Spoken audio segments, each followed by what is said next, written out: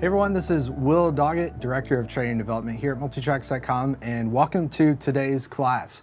Today we're going to be talking about creating great song transitions. I've been looking forward to this one since we kind of started this stint of classes, if you will.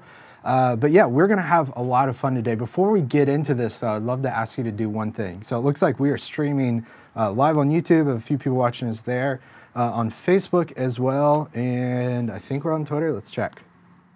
I'm not seeing it. Oh, there we go. So we are on Twitter as well. A couple of people watching us. If you could do me a favor, if you're watching now, if you feel like anyone that would be interested in seeing this, you'd love to have them see it, just either tag them in the post or hit share if you're on Facebook, retweet if you're on Twitter, and share it on YouTube, whatever you would do on YouTube to get people to see that. A couple things up front here before we get going. Welcome Debbie, welcome Magnus, watching from Norway. And Canada, man, we are all over the place. Lubbock, Texas, we are definitely all over the place when we're in Lubbock. Dallas, yes, Dallas, you'll be able to see this afterwards. As soon as it's done, it'll be available. And my mom is watching from Charlotte. Hi, Mom. Thanks for watching. If you guys have any questions, just feel free to ask those during the webinar. The way we're going to do this is I'm just going to talk for a bit about kind of the subject and the topic, and then we'll just take questions as we go. So again, feel free to Bobby. Thanks for joining us. Bobby's one of the great team members here in the office, so he is hanging out watching too. So really excited to, again, talk to you guys about all this today. We're going to have a blast. So cool. That was a really funny freeze frame. I went to Twitter and had me waving there for a second. So yeah, looks like we're good. Got some people watching, so we are excited. So I want to let you know before we really get into this, one kind of note up front. I've tried to structure this class, even though this is technically a playback class, I've tried to structure it to where we can really talk about principles that can apply no matter what type of church you're at, no matter if you're using Playback or Ableton for tracks. Hopefully this kind of applies across the board. But for the sake of this, I will be presenting from Playback, right? So all the examples I use are going to be in Playback. So if you want to follow along, watch along, and do the things I'm doing as I do this, then check out the link we're about to post here in the chat that will share a direct way for you to get to Playback. And if that doesn't work for you, you don't see that, all you have to do is just go to the iTunes store on your iPhone or iPad, search for Playback. It's a free app. Most of everything I'm going to show you today is available with Intro, which is free for life. And then there'll be a few things I talk about that use Pro or Premium. So let's get into it. So what we're talking about today is we're focusing on the in-betweens, right? We schedule our songs, we spend lots of time, maybe even coordinating our songs with what our pastor is doing. And we spend time thinking, what are the songs we're doing? What are the songs going to speak to our congregation? Well, we're not talking about that today. We're talking about the in-betweens of those songs, the transitions between those songs. I like to think of transitions as kind of like the punctuation to our sentences, right? This is the commas and the periods between sentences. Sometimes we've been in services that feel like one just giant run-on sentence, right? We start the service and 20 minutes later the worship ends and we go, oh, I didn't realize we switched songs. It's just one giant flow. Then other times we walk into services where we feel like it's these short kind of disjointed sentences, right? They said 3 words, put a period, new sentence, 3 words, put a period. Well, what we're going to talk about today is that punctuation, right? We're going to talk about how to create great song transitions. Now, I think this matters for a few reasons, and obviously you're watching this because you care about it, but the reason I think it matters is there's no such thing as no transition. Now, in Playback, the irony of as I was working on this, I realized in Playback, in our transitions menu, we have something called no transition, along with auto-link overlap crossfade, but there's no such thing as no transition. There's just purely, I'll put that back up so you see it, there you go. So again, that's the irony of this, is me saying there's no transition except when you're using Playback, and select no transition. But there's only really intentional and unintentional transitions, right? There's planned and maybe spontaneous ones, but a lot of times we think of transitions as one particular thing, right? And we'll talk about that here in a second. The other reason I think this really matters is we don't want to be a distraction to our congregation. Now, when I realize as people are watching this, you're watching from different perspectives. You might be a church that does almost everything spontaneously, or you do a lot of things spontaneously. You might be a church that's very high on production, and you've timed out from the start to the end. We have to, be right at 15 seconds because the pastor has to get on, and or 15 seconds. That'd be a very short church service. 15 minutes. The pastor has to get on, get to the message really quickly. Regardless of where we're coming from, whether we're really planned, really structured, or we're very spontaneous, we're unplanned, we just kind of go in the moment, transitions matter. And in no matter what situation of those two we're in, we want to be as least, the least amount of distraction that we can be. Now, a bit of encouragement here, kind of the pastoral moment, if you will, before we move on. As I was working on this, sometimes we can put almost a unhealthy pressure on ourselves, as well as an unhealthy pressure and focus on the musical aspect of leading worship and being worship pastors. Now, obviously, if you are a music pastor, what we used to call people a lot of back in the day, your job truly is music. You're supposed to pastor the people that participate in that. You're supposed to pastor people through music. But now we kind of taken that away and we say worship leaders. So sometimes we don't maybe spend enough time on music. Sometimes it almost feels like, man, I spent so much time learning in Ableton this week on how to do keys things. I spent so much time trying to pick new songs, to write charts. I spent so much time in this webinar talking about transitions. I want to remind you, one, God doesn't need you. If you make a mistake, if you don't do this transitions thing well, it's going to be fine. So let's, balance the fact that we don't want to be distracting with the fact that it's okay for us to make mistakes. And sometimes I feel like when we make those mistakes and we own up to it and we don't air this kind of idea of perfection and everything has to be flawless, that it's almost, that's when it kind of breaks the guard and brings people, lets them realize we're on their level with them, right? That person sitting in the congregation, he realizes, this guy's just like me and makes mistakes and he's an idiot. It's not this perfect, polished, perfected kind of show. So I just want to encourage you. We're talking about this because it's important. We don't want to be a distraction, but take the pressure off yourself. Just take a moment, just breathe even now if you're sitting there, even if you're in the office, put headphones on, just kind of relax for a moment and we're going to have fun and we're going to talk about this. The other thing why I think this is really important, and I'm very passionate about this, if you were in our, what was that? I think the rehearsals class that we did a couple weeks ago, I mentioned this and I say this often when we're out at conferences and teaching classes, is I wonder what would happen to our churches if we treated prayer as more than just a transition. And you're going to see in a second, prayer totally is a transition, and it's a valid transition. It's a good transition. But I think sometimes we default to prayer when we have the tricky key change, right? Instead of thinking, how can we navigate from this key to this key? We just go, Jim, why don't you pray here? Well, I kind of wonder what would happen if we didn't just default to prayer and didn't see prayer as purely a transitional thing. So, talking about the in-betweens, talking about the punctuation of our sentences. And it matters because we don't want to be a distraction. It matters because we want to do things with excellence. And it matters because there's no such thing as no transition, only intentional and unintentional. So let's get into kind of the thick of this and talk about how do we create great song transitions. Again, as a reminder, I'm going to be talking about this from the perspective of Playback, so feel free to follow along, search for Playback on the App Store. But if you're using Ableton Live, all these same principles apply as well. And the way I tried to approach this before we talk about how, I really tried to think about this in a very systematic way, in a way that, again, no matter what environment you're in, whether you're spontaneous or very structured or planned, that it applies. No matter if you know lots of music theory, no music theory, it applies and it's going to be applicable. And I tried to do it in a very systematic approach. So we'll talk philosophy for a little bit, and then we'll talk technique, really practical ways to do this. So let's start at the very, very top here.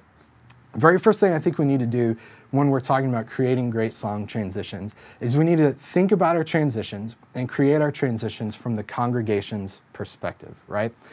What I think happens is sometimes we get in a service, we get our in-ears in, we've got our P16 over here, get our sounds dialed in, everything's dialed in, and we can kind of get in this bubble, right? And we start thinking of what we hear in the click, in our ears. We're thinking of when the click comes in, when the guide cue comes in.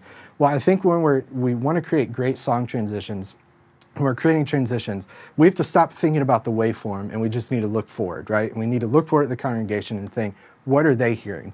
Perfect example of this. I often see this happen in services where I'll hear the band end a song and they go to start the next song. The song kind of ends, maybe there's a pad fade out, the pad completely fades out. And then from my perspective, there's probably 5 to 6 to 7 seconds of just complete silence, and then the band cranks, back in full force. Now, in the band's ears, what they're probably hearing is the pad starting to roll out. Okay, we got to wait for that song to end. We got to start the click. But from the congregation's perspective, it's completely, silence for 5 or 6 seconds. And that may be what you want. That may be the transition you want to do. But if we do this one thing, I think this is going to completely improve our transitions. Let me show you practically how I would do this, an example of this. So let's look at these two songs here, Lion and the Lamb and Worthy of Your Name from the Passion album, I think the latest Passion album. So Lion and the Lamb, let's get to the end here. I'm going to leave, yep, click is on for a second. I'm going to leave the click on for just a second, and let's just listen to this transition and what happens here. Okay, and let's set this to auto link, which we'll talk about in a second what that is. Just take a second to listen to this transition.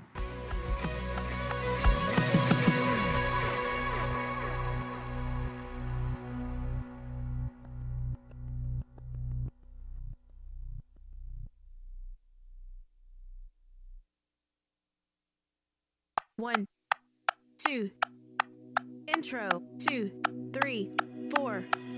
So you could see that very long transition. It takes us a really long time to get out of Lion and the Lamb into worthy of your name.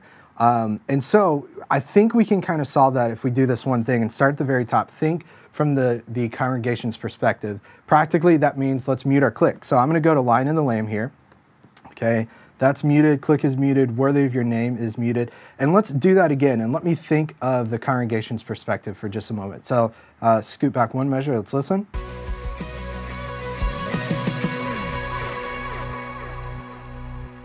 Okay, so this is the point of not talking about the waveform. If you look at the app here, the waveform keeps going, right? It kind of ends with this rhythmic thing. Yeah, for sure, it's definitely rhythmic, but the band is not playing in that section. But the waveform continues kind of past that point, right? Worthy of Your Name starts with pad right about there. It's almost a measure in, but it doesn't start all the way from the beginning.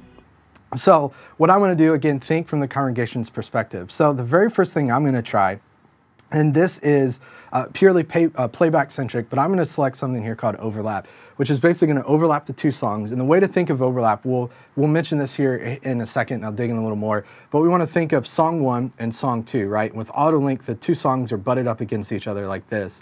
With overlap, what I essentially do is I start the click for this next song so that by the end of song 1, we're in song 2, and I'll play it for you and let you hear what that sounds like. So let me press play again. Let's listen to this. And then I think there's probably one other tweak I'm going to make because I'm thinking from the congregation's perspective, and I muted the click. Let's listen.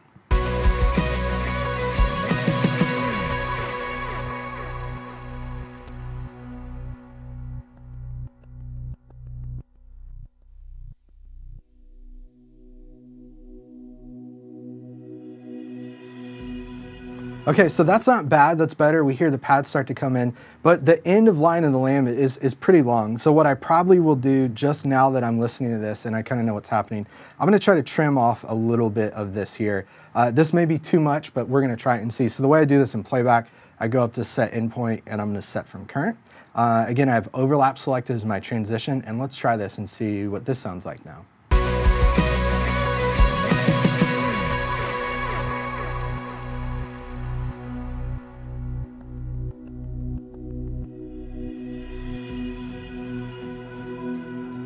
Okay, so you could hear the difference in that. Just that little change of thinking from the perspective of the congregation as opposed to just thinking of the band, thinking of the click and what's happening there. But now, at this point, that's when I would bring the click in, right? And once the click is brought back in, then I would know, okay, at the end of this, this is where let's do it with click real quick.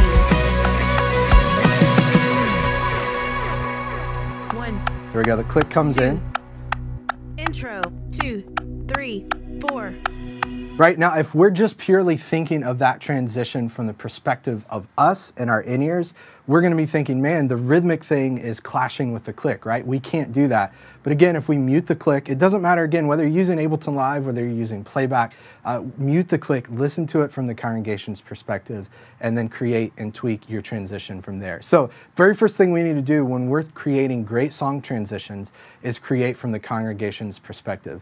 Practically mute the click, listen to the transition, and then bring the click back in.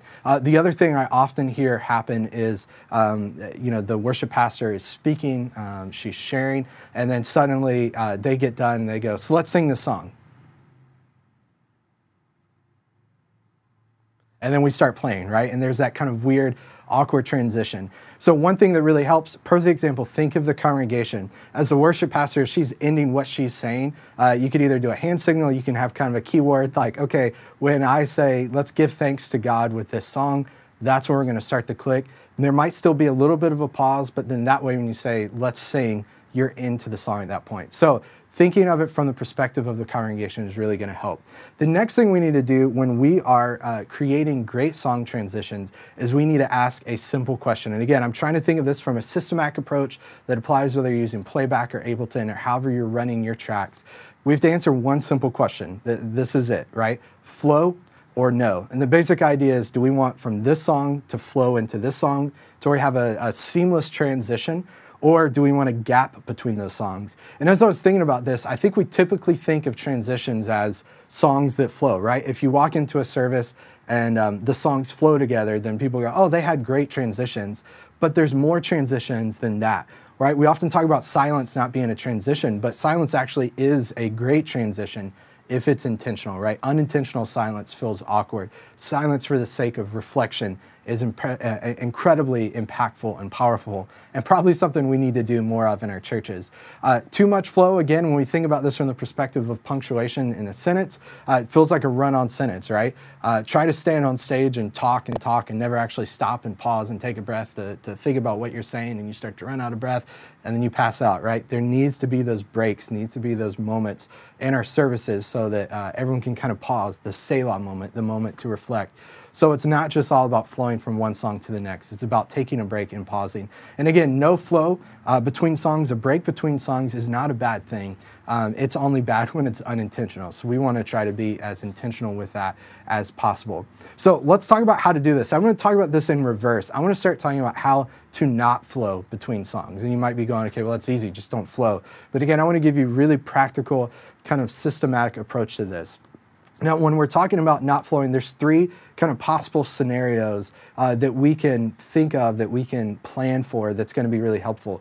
The first, and there are 3 R's, so I would make a perfect Southern Baptist preacher with this explanation: respond, reflect, and reiterate, all right? So respond is kind of the first one. And depending on the type of church, the last church I was at in Florida, we were a church where we let the congregation respond after every song, right? When we were at the Bethel Heaven Come conference in LA, was it a couple months ago, talking with one of the guys there, and he said something like, hey, you know, for us transitions, we don't really do transitions. We don't try to tie songs together. We just kind of end a song and it kind of fades out, and there is a moment of silence almost after every song, but then we go on to the next song. And again, it's not awkward because they're being intentional with it, right?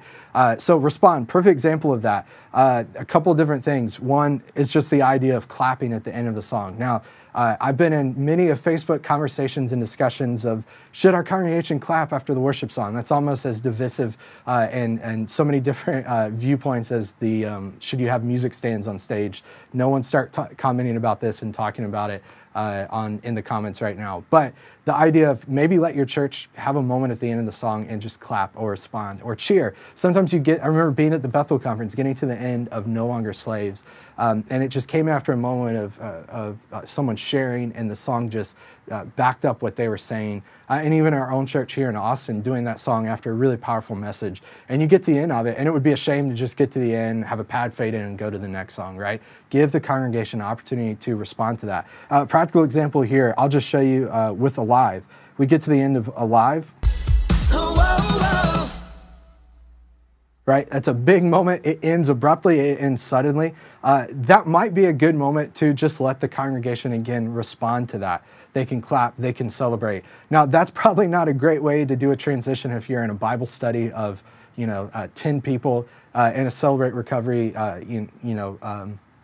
class, playing acoustic guitar, leading worship. That's probably not a good way to end. You want it to feel like you're in a stadium full of people, but there's 10 people, but you probably wouldn't be doing a live during that situation anyway.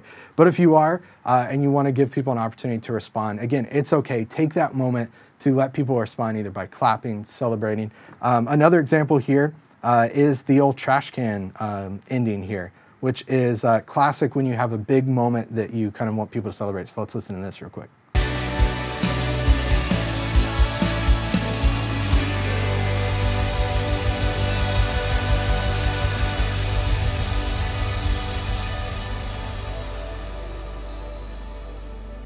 Yeah, so again, and I had no transition selected there, so that was a quick abrupt. That was a unintentional transition, which made it not good in the King of My Heart. But you can hear there at the end, it's a big moment of the band Trash Cannon, and Trash Cannon is just literally what the drums are doing there. You just kind of hit the cymbals, swell in the cymbals, keep that going. The band's really hitting the D. That kind of gives you the big moment if you think of the rock star on stage where everyone's hitting cymbals, guitar players are hitting guitar, and then the worship leader turns around and does the head nod, right, to end everything. That is an example of Trash Can. Typically, as I was thinking about this, it was reminding me of one of my other favorite phrases in communicating to drummers, which is bucket of fish, which is the idea of the drummer gets to the end, you have to end this, you could either end with the big tom end, or you do the bucket of fish, right, which is the ending there. The other thing that helps with that is retarding the ending. So you slowly slow down and kind of over-enunciate, if you will, each of the hits to make, it gives you a good moment, again, to respond, to celebrate. That works really well at the end of a song that's a big moment that you want people to respond to. The other option here is to reflect. And again, I think this is one where so many times we put so much emphasis on flowing from one song to the other, and we don't stop and think about, let's just give those moments to let our congregation reflect on what we just sang.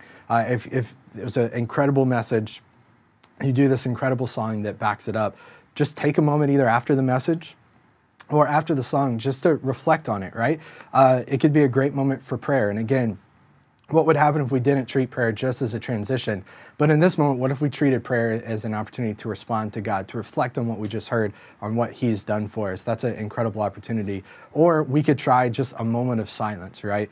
I remember at Ocean's Edge School of Worship when we did a service one time, and we had a video. And we watched the video. We were in rehearsal running through things. We got to the video and we said, oh, someone play pad here. And I said, well, what if we actually, no one played pad here? And so we get to the end of the song, complete silence, and we play the video. And I can't even remember exactly what the video was. I think it was scripture. But it was just this nice moment of we completely break the flow of the service. And we decided, no, we're not going to flow from song 1 to song 2. And it was this nice moment to reflect and just in the silence, not have to fill it with a pad going constantly, right? Which was kind of a nice moment. The other thing we could do here is out of a song, go to a pad. If we had a pad, I could load in a pad. Let's see if I can do this here live on the fly. Of course, I got logged out, so I'll log back in and the commercial break could show that to you. But I could add a pad into Playback, loading it through Multitracks Cloud. We get that question a lot every time we do these webinars. Load a pad sound in, and then right out of the song, just crossfade into that. So let me see if I can show you this. Let's do What a Beautiful Name. So perfect example here, I get a cloud song, do key of D. We'll download that. We're really pushing our luck downloading live on the air, but we're going to go for it. I'm going to do it.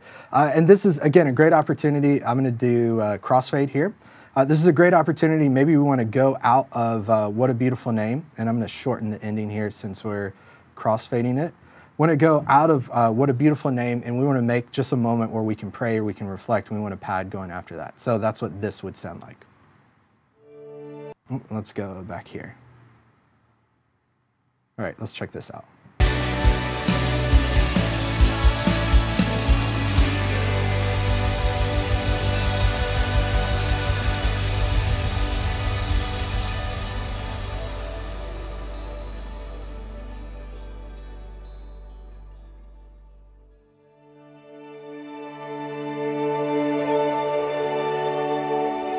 Right, again, so that's a perfect opportunity there. That as we get out of that song, we keep that pad going. It's in the background. We can keep it playing as we want to. We could fade out of it if we wanted to then get into the next song.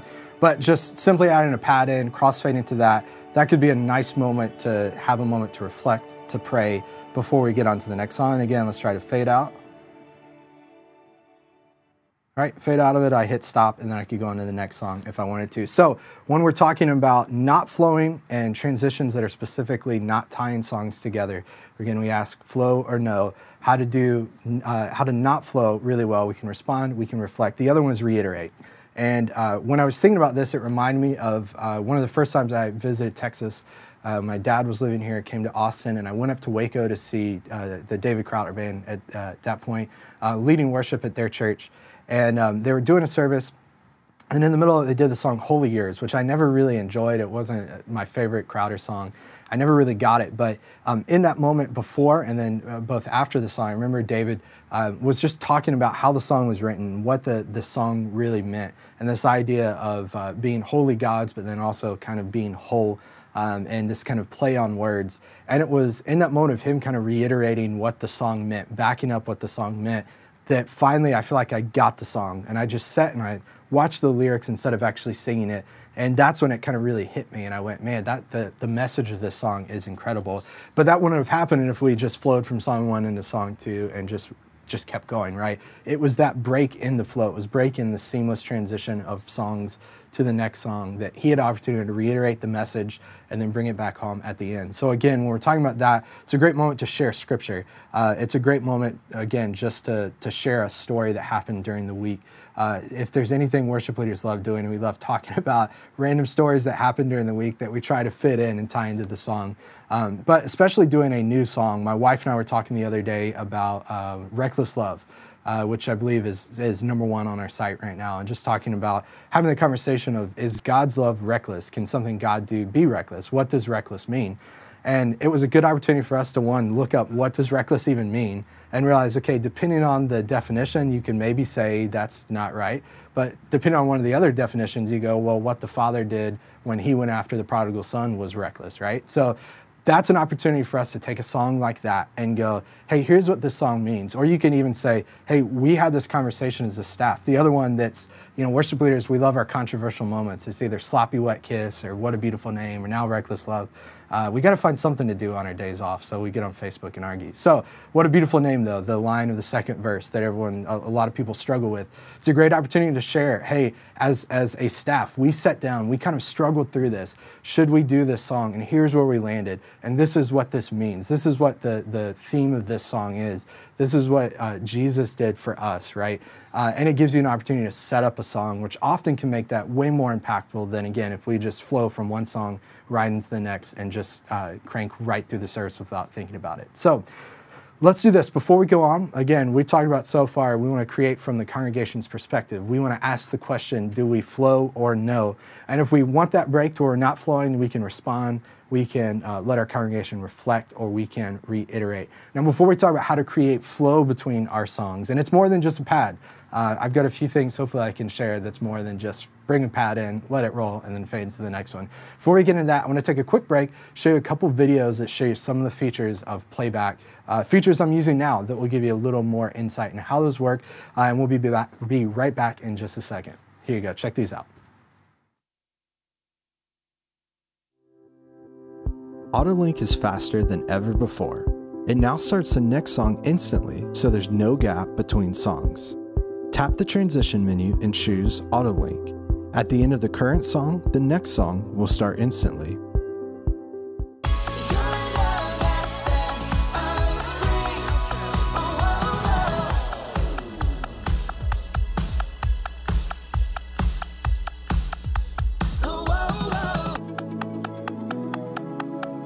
You can use AutoLink to create medleys of songs.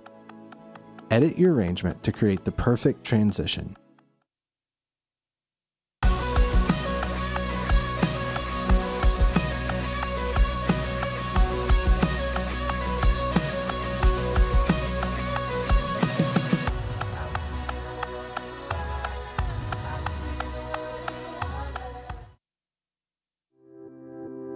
Overlap starts the next song before the current song ends. This allows for completely seamless transitions between songs automatically. Tap the transition menu and choose Overlap.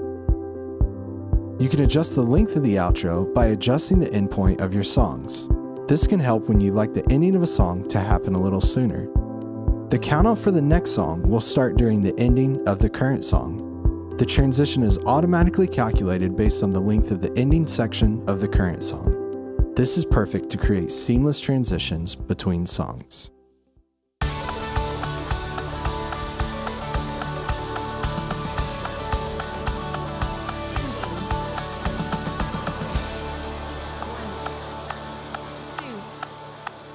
Verse 2, 3, 4.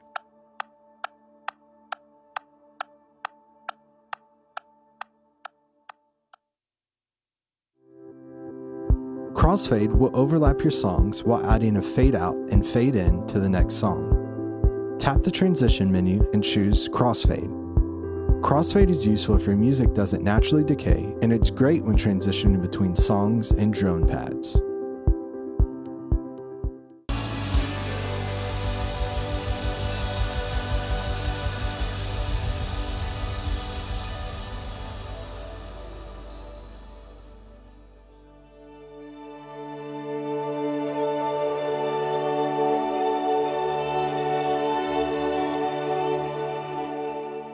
All right, so that is a look at AutoLink, Crossfade, and Overlap, which are all available in Playback for free.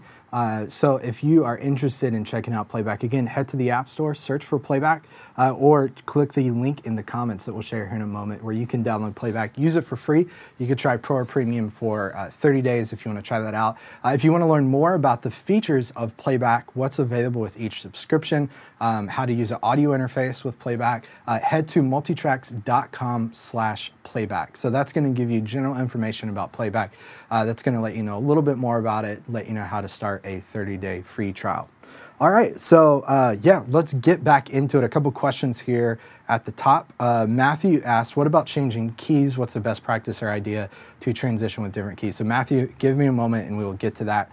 The beautiful thing about this though is if you choose to not flow between one song to the next and you have different keys, that's a perfect break in between those songs where you can just start the chorus of the next song, right?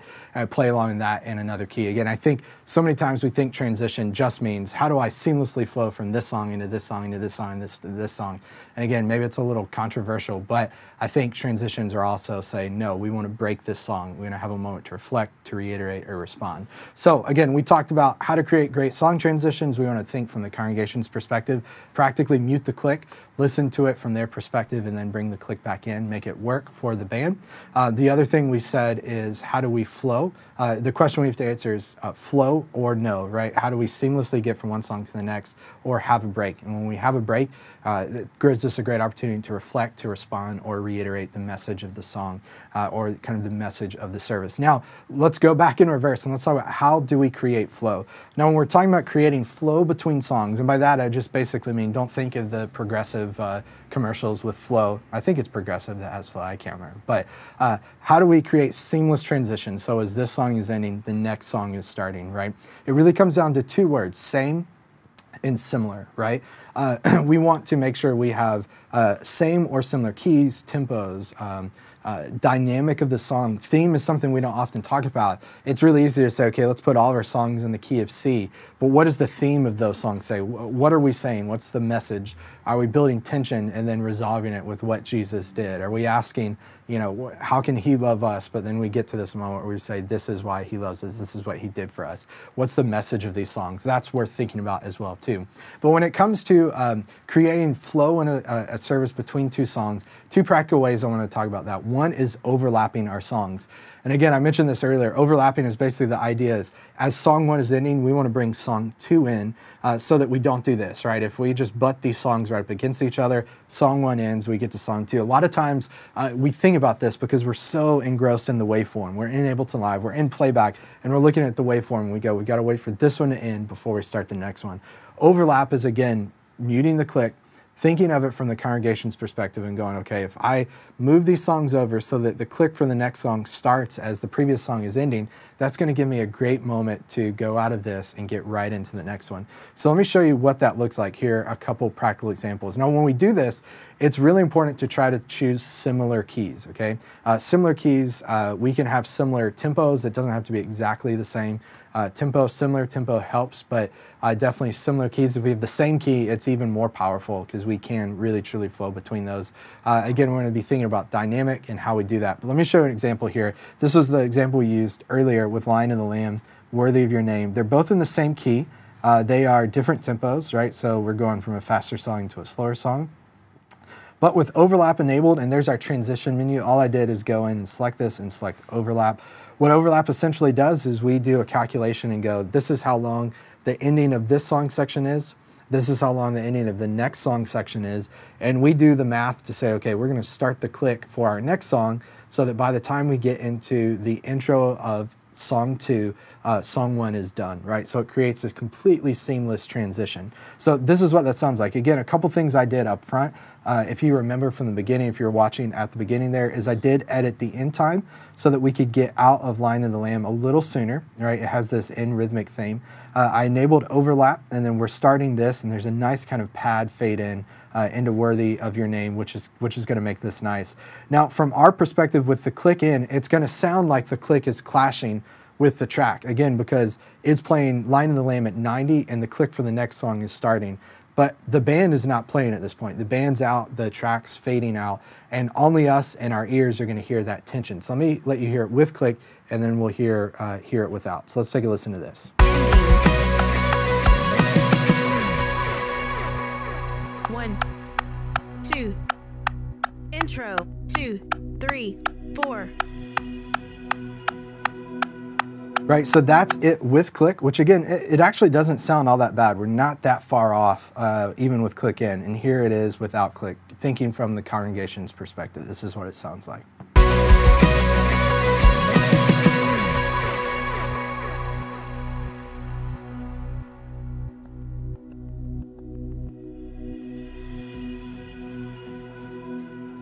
Right, and again, completely seamless transition. Everything works just fine. From their perspective, from our perspective, maybe sounds a little off slightly. So when we go to overlap our songs, again, it helps if they're in similar keys. If they're not, you want to try to pick a key. Think of the song, we'll talk about this in a second when we really specifically talk about changing keys and transitioning there. Think of a key that we could get to that is a similar key. What's the closest similar key to the key we're in, right? If you're in B flat, if you went up to B, does that make it a little easier to transition? Or if you're in B flat and went down to A, does that make it a little easier to transition? Depending on the song, it might be too high, too low if you do that. But if you are in the pre-service moment where you're planning, you're picking keys, obviously find something that works with the vocal range of the singer, the worship leader that weekend, but also see if you can move maybe up a half step, up a whole step, down a half step to a key that is going to make that transition a little easier. So let's see, give you a quick kind of note. If you can't do this in the same key, what can you do? You're in the moment where there's kind of no escaping this. And again, we'll talk a little more specifically about transitioning keys. But let's go into King of My Heart here. I've got this in the key of B flat, and I want to go from Lion and the Lamb into King of My Heart, right, in B flat. So what I'm going to do is I'm actually going to enable crossfade here.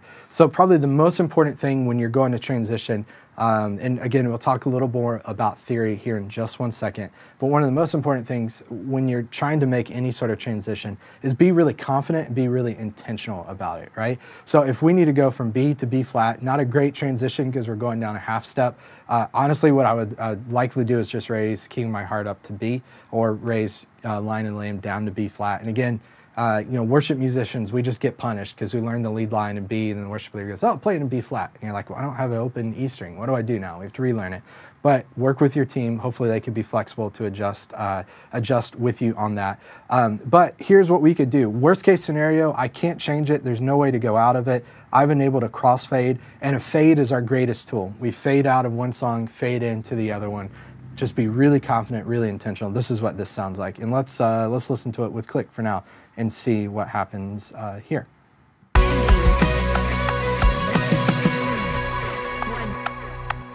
2, intro, 2, 3, 4.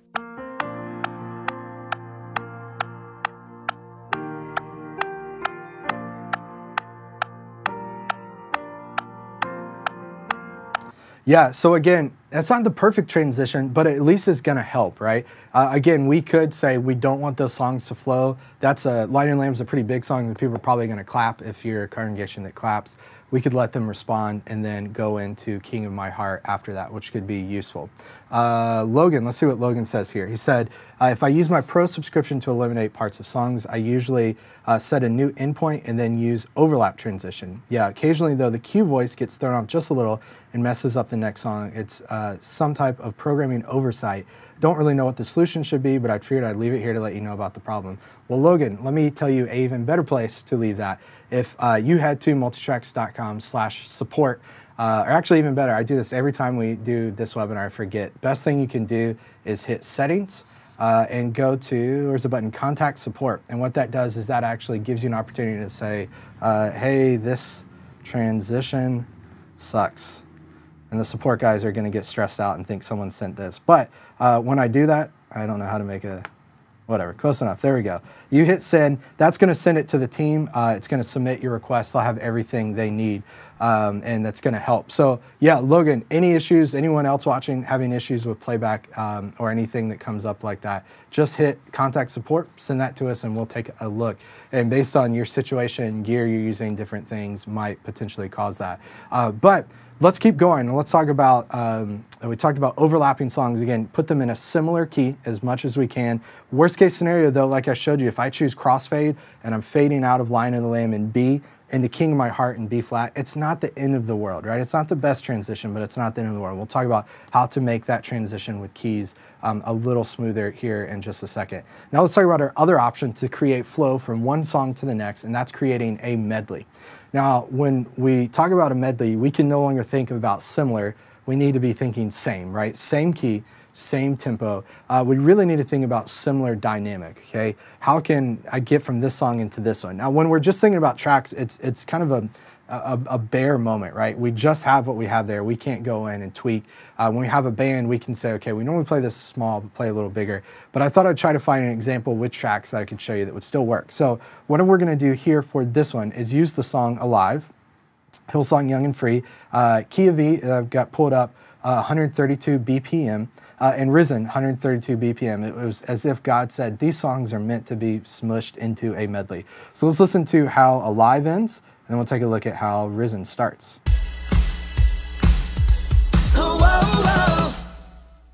All right, and again, this is kind of a awkward, a little longer transition. One note, kind of specific to playback, but could work anywhere. If you have a waveform that's long like that, this is always really useful. Go in, do set endpoint, set from current. And just for now, I'm gonna set this to auto-link. Auto-link means at the end of song 1, start song 2. This is what would happen now. 1, 2. Right, and then it instantly starts the click for the next song. But in this example though, I'm looking at this and I'm going, and really kind of a quick note, again, aside, pull back from playback, whether you're in Ableton Live, whether you're in playback, stop for a second and look at this and go, okay, 2 songs in E, 132 BPM, kind of a similar key, theme here. What if I kind of tied these together? So what I could do is go into Alive, and let's actually take this ending out, right?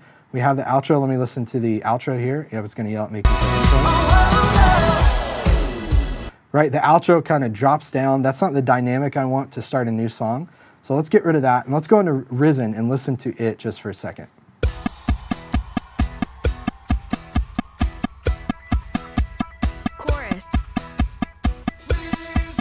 Okay, so it starts with kind of this intro thing. It's a little lower, then we go into the chorus, then we start to get into the instrumentals. Okay, so and let's see what this one sounds like. Yeah, so here's what I want to do here. We're going to slice and dice a little bit. It slices, it dices. Hit edit. I'm going to get rid of the count in. I'm going to leave, let's do this. Let's add this last instrumental here, which is a little bigger. Let's do this chorus, and then we're going to get rid of that intro moment. Okay, and we've got auto link selected here. Go back to Live, see what we have. Make sure we got this set. And I'm going to set the endpoint to end right there. So let's go. I think that's where I want it. Yeah, I think that should be good. And let's listen to this and see what we get. Actually, let me add this guy back in real quick. And let's do this. All right. So let's see if this works as a medley. I think it will, but we'll try it out and see. So auto link, I edited my song section so that we go out of the last big chorus of Alive, cut out the little drum break, and then go on to Risen, and we cut out the small section there, so we go right into it. Let's see what we get. And I also need to click in guide momentarily just so we can listen to this. Let's see what we have.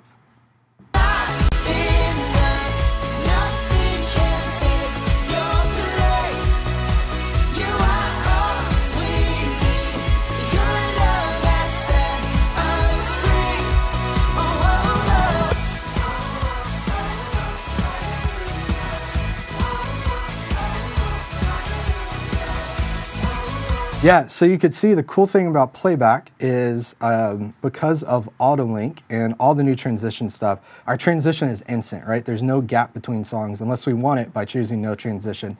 So now when I turn the click on, and let's think from the band's perspective, they're playing the song, let's go straight from one song to the next, this is what we would get.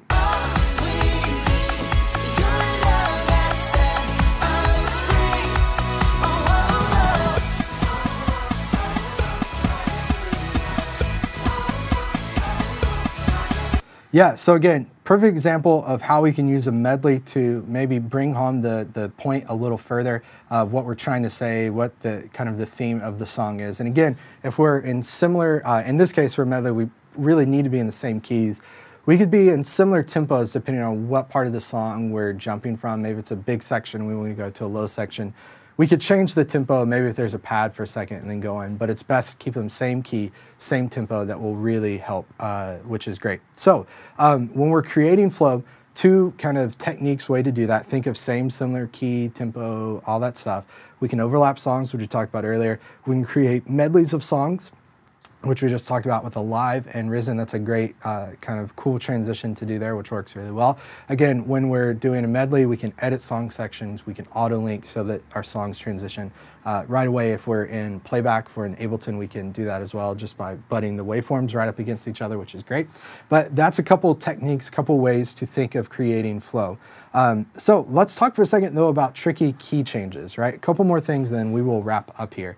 So I think this is one of probably the questions I get all the time when I talk about transitions or I'm talking with the band. How do we navigate tricky key changes? Well, I want to start with kind of the thing that doesn't really help. I had a buddy text me today and said, hey, had an issue with Ableton Live, and he said, what happens if I do this? And I said, well, can't really do anything, but that's one of the nice things about Live 10 that's coming out. You could do this. And it was kind of one of those moments like when your computer fails and you go, oh, I didn't have a backup, and your friend lets you know about the merits of why you should have a backup. It doesn't help in the moment, but regardless, it's worth saying. So navigating tricky key changes. Now, if you're thinking of this from beforehand, a perfect example, Lion in the Lamb, and then I have King of My Heart up next, B flat. If I have time beforehand, you know, B flat is not that far away from B. And again, I completely understand it depends on the song, the vocal range, and who's singing it, that may make a big difference, right? But if I can take either Lion and the Lamb down a half step or King of My Heart up to B, that might make the difference, right? And then I can smoothly transition between those two.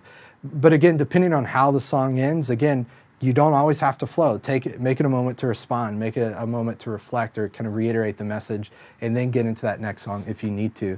But in this case, Lion and Lamb, King of My Heart, I would adjust one of those up or down as much as I can. So very first thing, kind of first note, and again, this is, isn't that helpful when you're in the moment spontaneously and you have to make this transition. But beforehand, try to use similar keys or try to change to the same key. So one thing I was going to show you here that's kind of beneficial is the circle of force or circle of fist, depending on which way you look at this. So this is just a graphic here, and I just Googled circle of force in order to pull this up. But this is just a graphic here that shows you keys kind of in a range, right? If we go to the left, we're going up a fourth. If we're going to the right, we go up a fifth, right? So C and G.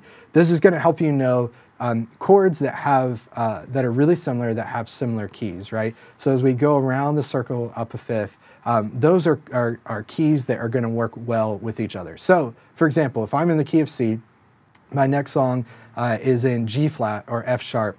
I know, okay, what I could maybe do to make a really good transition is just bump that up to G, right? Taking it up to G might help me make that transition because I have a lot of similar notes. Minus the F versus the F sharp, I have the exact same notes technically. So switching to a similar key, and again, I understand this only works when it's a premeditated thing, when you're planning before service, but as much as you can, try to change to the same key or similar keys.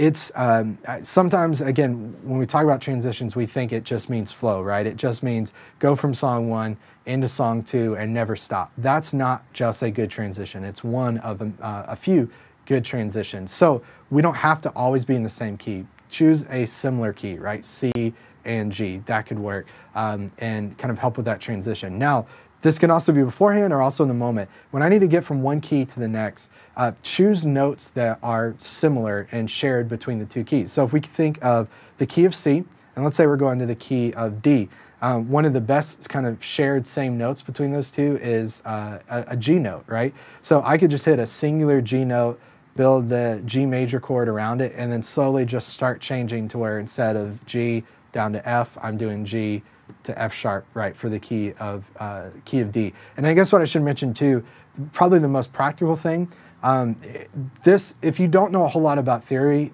you don't need to know a whole lot about theory to make this happen. In essence, if you go and learn, again, that circle of fourths, circle of fifths, and memorize that, and then learn just the notes in each key. And as we go up the circle of fifths, we just add a sharp, right? As we go to the right, go up a fifth, we're just adding a sharp to the next one. So you just keep adding. 4 Cowboys got drunk at Ed's bar. If you don't know what that is, look it up later. It's a good, helpful tip to know that. But learn just your keys, right? And learn what the sharp keys are, what the flat keys are, and how to think about that. And then in the moment you're in the key of C, we've got to get to the key of G. We think, okay, what is a similar note? What is a similar chord?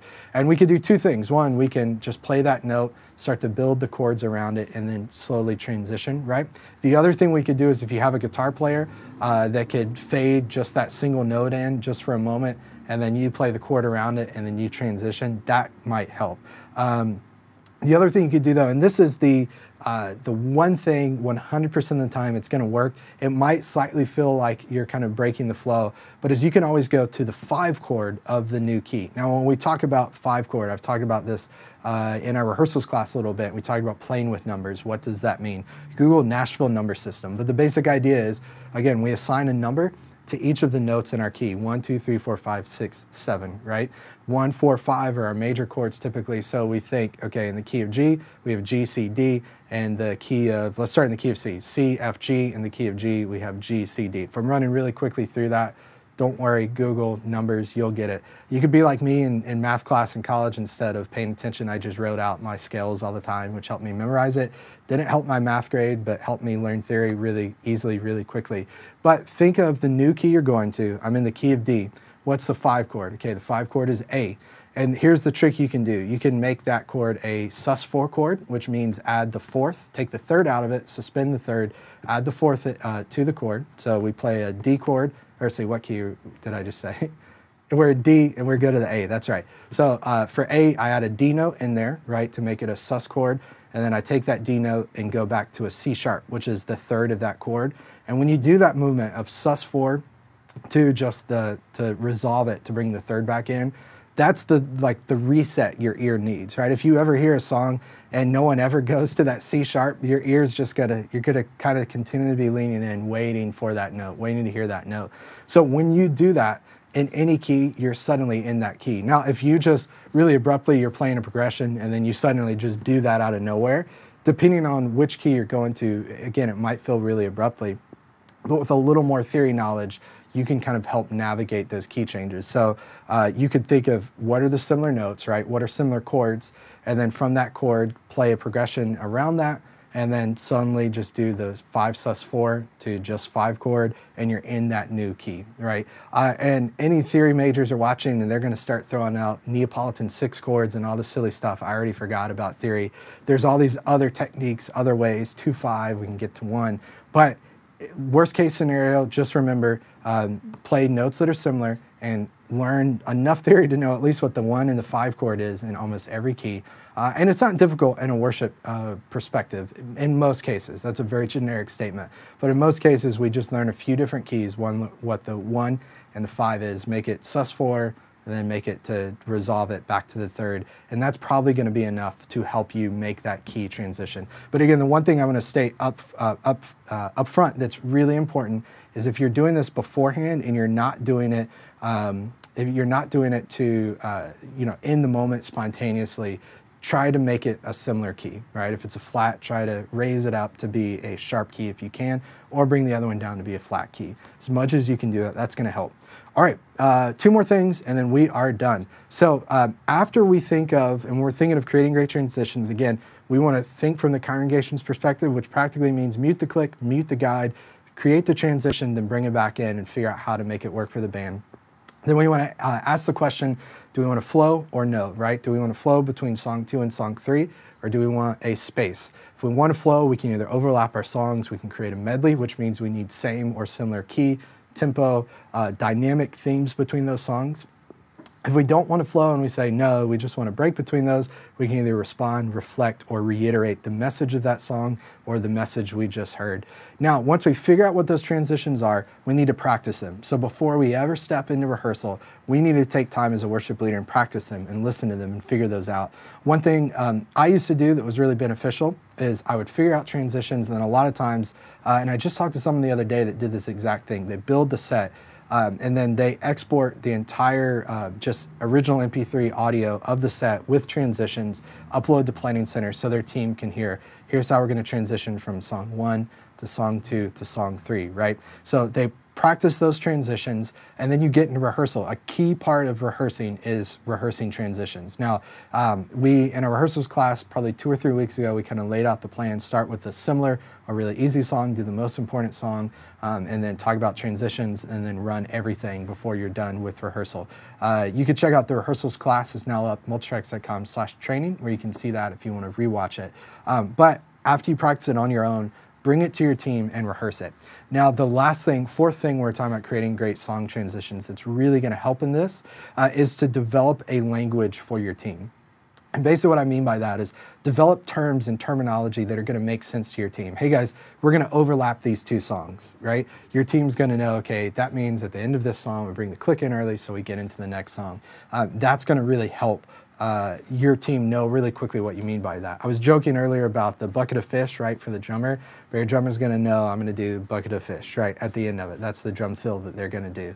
The other one is, you know, a big ending or trash can ending, right? I forgot Ian from Jesus Culture. There's some term that they used to always use that him and Jeffrey would turn around and look at each other and say, do this thing. If you watch the videos we did at Sweetwater, about, I guess that was almost a year ago now, with the Jesus Culture Band, they talk about that, different kind of terminology that they have, that when they say that, that means this thing. We all know what that is. But develop that language with your team so that when you talk about transitions, they know what that is. You could say, all right, we're going to fade between these songs, and they might know that means fade out of this song, bring in pads, and then go into the next one.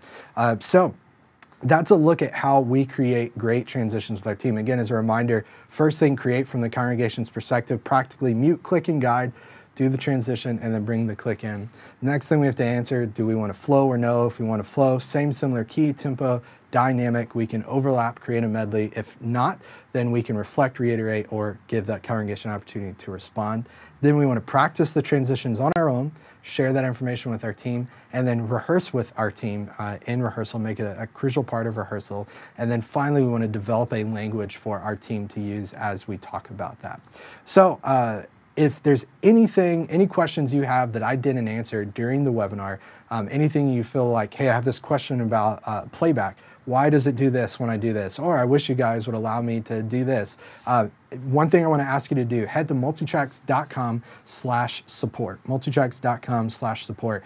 Any features you want to see for playback, any issues you have, that's the best way to get support. And as a reminder, as always with playback, hit the settings button, hit contact support, and that's going to send that right away if you want to as well.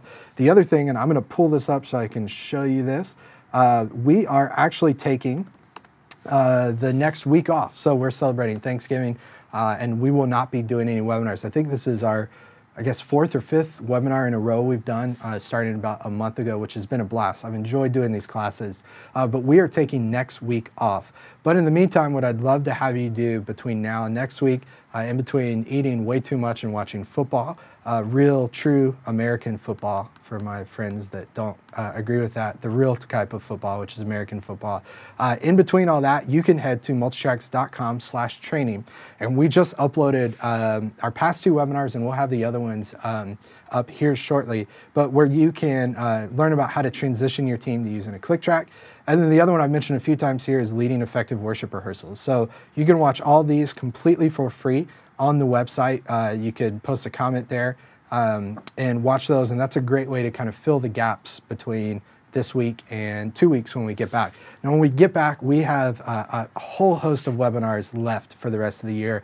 We're going to be doing a conversation with Peter James, talking about some of the new stuff he has that has just come out, some of the new things he's working on. He's at Hillsong Conference, Creative Conference right now, playing tons of synthesizers, so we'll get to talk about that, geek out about stuff. We'll be announcing times and dates for all that stuff. But next week, we're taking a break. In the meantime, head to multitracks.com/training to check out all those videos, all the different courses we have there. If you're wanting to figure out how to control lights, lyrics, and video with Ableton Live, great course by an incredibly handsome, well-spoken trainer that you can get there as well too. And one final thing, because you guys watch this, what we'd love to do, share a link to a survey with you. We'll share this on YouTube. Last week, for whatever reason, we had an issue on Facebook trying to share in the comments. So if the link doesn't come through in the comments to this feed, then we'll put a post on our Facebook page afterwards to a survey. All you need to do, in less than 5 minutes, we just ask you 2 or 3 questions. Just go fill out the survey. We're going to ask you about Playback, your experience with it, if you've used it or not, as well as feedback on webinars, future things you'd like to see, future classes. If you do that, you're going to be entered to win Playback Premium for Live, so 1 subscription for Playback Premium for Live. So if you want to do that, head over to the survey. We're posting the link to that now. Again, if it doesn't show up in the Facebook comments, we'll let you know just to check out a post on the Facebook page. We'll post it on YouTube as well as Periscope. Fill out the survey, you'll be entered to win, and we'll let whoever wins let you know tomorrow that you won, and you'll be excited. You'll have a great Thanksgiving. So again, reminder, we are off next week, but head to multitracks.com/training to view the rest of our training material. And thank you guys so much for joining us. It's been a great past couple weeks. I'm excited to take a week off, but then come back, and we have a lot of great webinars planned till the end of the year. So thank you guys for joining us as always, and we'll see you back in about 2 weeks. Have a great Thanksgiving for those of you that have that next week. And yeah, see you soon. Take care, guys. Bye.